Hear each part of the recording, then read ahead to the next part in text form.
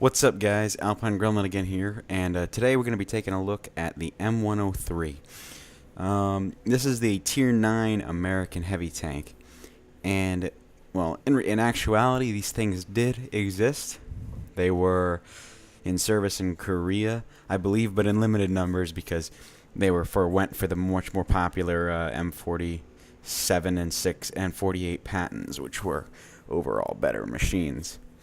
But anyway, here in the game, it's an interesting tank because it swaps out strengths and weaknesses with the tanks before it. So previously, if you guys have been grinding up the American heavy tanks, you know that up until this point, the mantra has really been no hull armor, really strong turrets, but especially with the T-32, less than stellar guns when compared with other heavy tanks. However, the M103 is almost a complete opposite of that. Now we'll look at the stats here. Let's focus on the positive parts of this tank first. So first of all, the gun selection is a lot better, and those of you that have played through the T-32 are very familiar with its less than stellar 105mm gun selection. The first one only having 170mm of penetration, and the second one having 198. And for a Tier 8 heavy, that isn't a whole lot. But with the M103, the first thing you're going to want to do is either free XP. First module you're going to want to get is the first 120mm gun, because this is going to push you up to 242 penetration, average penetration, and 400 average damage. Accuracy is 0.4, not too stellar, and a 2.6 aiming time, but it's still a lot better than the 105 before it. And you don't actually have to get the top 105, the top 120, but I got it because, I mean, you'll get it on the T110E5, but I just wanted an easier grind, so it brings the aiming down to 2.3. The accuracy moves up to 0.37. And you got a little bit of additional penetration with 258. So this is the gun that you're going to be using on the T110E5. So the M103 also has 203mm of frontal hull armor, which is a lot compared to, say, the T-32 with only 127mm and the T-29 with only 102mm. So on the side, though, this is where it gets a little bit trashy. 51mm of side armor and 38mm of rear armor. So if you get taken from the rear side in this thing, you don't expect to bounce anything because you're in a Tier 9 vehicle, so you're going to be fighting, anywhere from Tier 7 to Tier 10. And so those tanks are not going to have trouble penetrating your side and rear armor.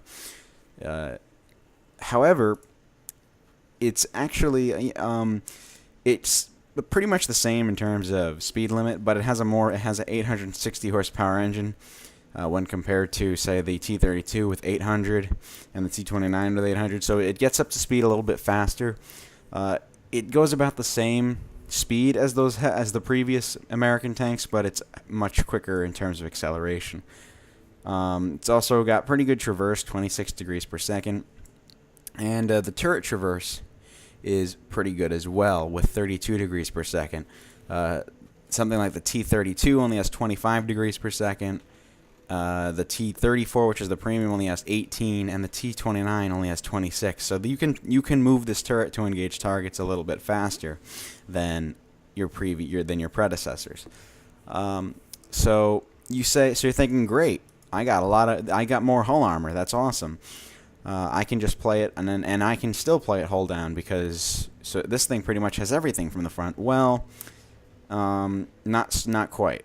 Granted, if you get shot here, it's probably going to bounce, unless the enemies are above you and shooting down into it, or if they hit your lower glacis. That's also weak. However, the turret, you think, oh great, 203mm of hull armor, this is awesome. What does the turret have?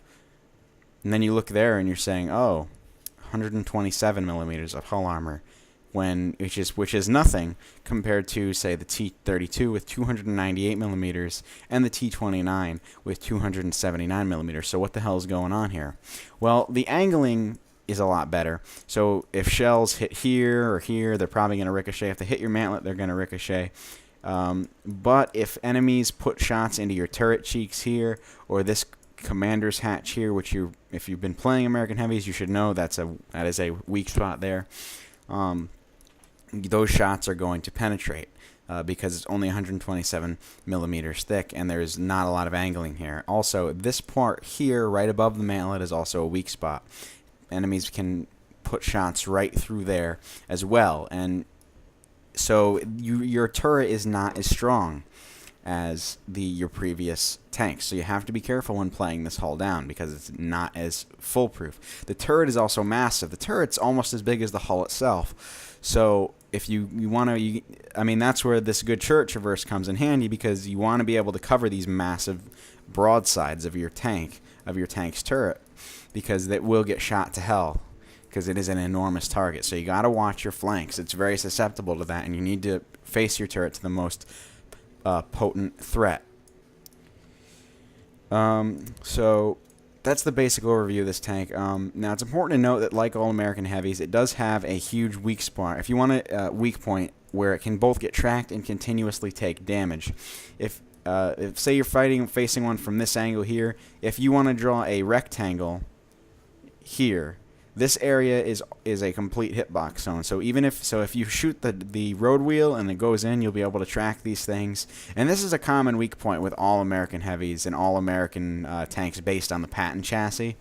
It's a shared weakness. This area here and the same on the other side if you get shot there, it will not only track you, it will also do damage to you, and enemies can hold you down there. So you want to be careful when coming around corners. Cornering is important. This thing can side scrape pretty well. You just got to be careful because your bulbous turret, as you expose your tank little by little, they'll be able to shoot your cheeks. So you got to watch that. So anyway, let's take a look at equipment. First of all, you don't really need any optical things. You're a heavy. You've got 390 meters of view range. So, I mean, you really shouldn't be doing too much scouting. That's what your lighter, more agile tanks are for. 410 signal range, obviously. I mean, I didn't upgrade the radio or anything. The way I'm doing this is I'm not worrying about anything. You don't have to upgrade the tracks before mounting anything. So if you're going to upgrade the tracks, make sure you do that last, because I'm just going on a straight shot for the T110E5. So if we look at equipment, you want a large caliber tank gun rammer, an enhanced gun laying drive, and improved ventilation. That's what I run, just because everything to help with the gun and loading speed and aiming speed, because it is a heavy tank. It's definitely one of the better heavy tank guns. It's got more DPM. It has some of the best DPM of the Tier 9 heavies, especially more such as a tank as the E75, which has like a 12-second reload. You've only got a 9.25 second reload, I believe. So, and then in terms of crew, repairs is obviously the first thing you want to invest in, then Brothers in Arms, and then you can worry about whatever the heck you want. So remember, repairs and Brothers in Arms are two must-have perks for heavy tanks, as I always say. In terms of my loadout, you've got for the size of the turret, you've actually got a pretty small ammo load. You can only carry a total of 33 rounds, so you got to make them count. I load 28 AP, don't use golden pubs, and 5 HE. And then small repair and first aid kit and a manual fire extinguisher. So anyway, now that we've taken a look at some of the hard stats in the garage, let's look at some gameplay. Alright, so here we are on a Arctic region. And as you can see, we're at the top of the list here, so a good matchup for the M103. The M103's gun is quite capable in Tier 10 battles, but your turret isn't as strong, and most enemies will not have trouble penning it, especially tank destroyers and other things. And it's actually, this tank, I've had trouble getting good games in it that are worthy of showing you guys, because it's just, either I go up and I get penetrated through my turret all the time, or they shoot my lowers, or, I just get nuked by artillery, because I am a large arty target in this, obviously, as well, because of the turret. So it was a little bit difficult getting some good gameplay. So this is a good matchup, I thought. It was a good game I had, and I was able to play this corner pretty well, rack up some good damage, and lead my team. So obviously, I'm a top tier heavy tank, so I'm gonna have to go south to that corridor, and I'm gonna have to be the backbone of my team for the most part. Especially since I'm CE75 on our team is going north. So I'm gonna have to lead the push because I've definitely got the strongest armor of anyone going here.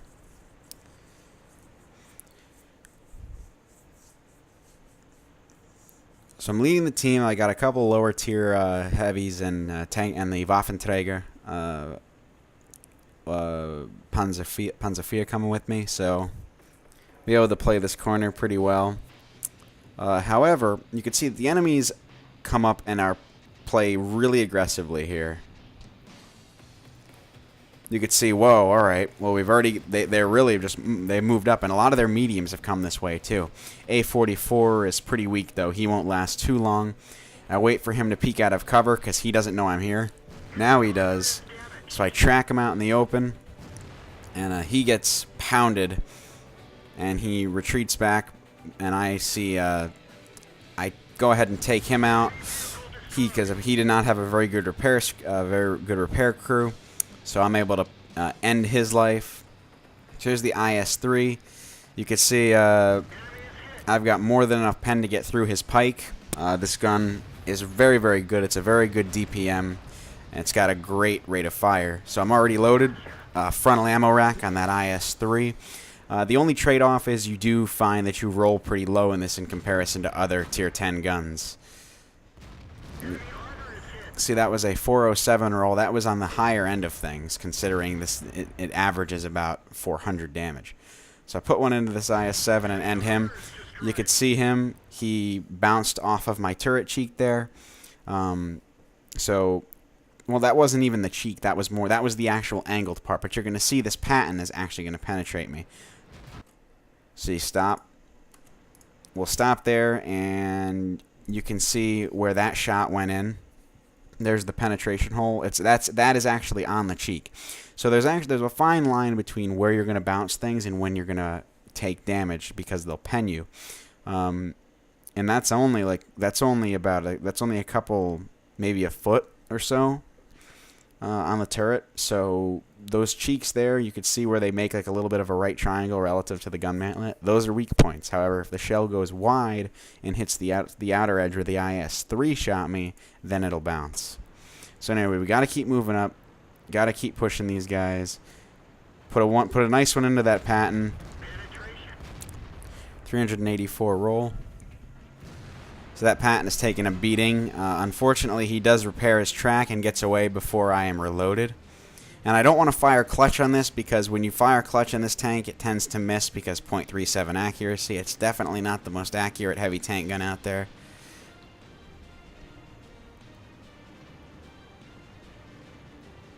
So Object 704 coming around. He's already pretty dead. I've got enough penetration to pen him at this angle whilst keeping my tank pretty well covered. See, another M103 now joins the fight, but I'm not interested in him. I want to take that patent out. So I shoot the patent in the turret, take him out, because we want to get as many of these Tier 9 guns out of here as possible. So there's the Object 704. Now you can see I fire a little bit clutch here. I don't wait for the thing to fully aim, and I end up throwing the shot low, and I don't get the kill. However, just as I'm about to shoot, our Tiger 2 takes out the 704. Alright, so now M103 versus M103. He shoots my track off, fires a little bit too early. Now I'm going to shoot him in the cupola for 419 damage, and the 704 hits his lower plate for a massive amount of his health. And now he's moving up. He doesn't have the hold down advantage anymore. Put one into his lower glacis. You can see he bounces off of. You can see he actually bounced off the upper plate. So the upper plate is pretty strong on this tank because it's so well angled. So he bounced off the upper plate. I penetrated his lower glacis. And so now we're moving on. We rolled this flank pretty hard. They were a little bit too aggressive, and it ended up costing them. They should have held back, and they should have stayed and held their ground up at this hill. But they didn't, and it cost them. So now we're pretty much up in their base. T-30s and a T-28 prototype have come to help. I put one into the T-30's really anywhere on his lower hull. He really can't do much to penetrate me. You can see right there. He bounces. I put one into his upper plate. And the 704 takes him out. You can actually see where the T-30 shot me. He shot me on the mantlet. And again, the mantlet is definitely one of the strongest parts of this tank. So if you want to get shot, you might as well get shot there, right?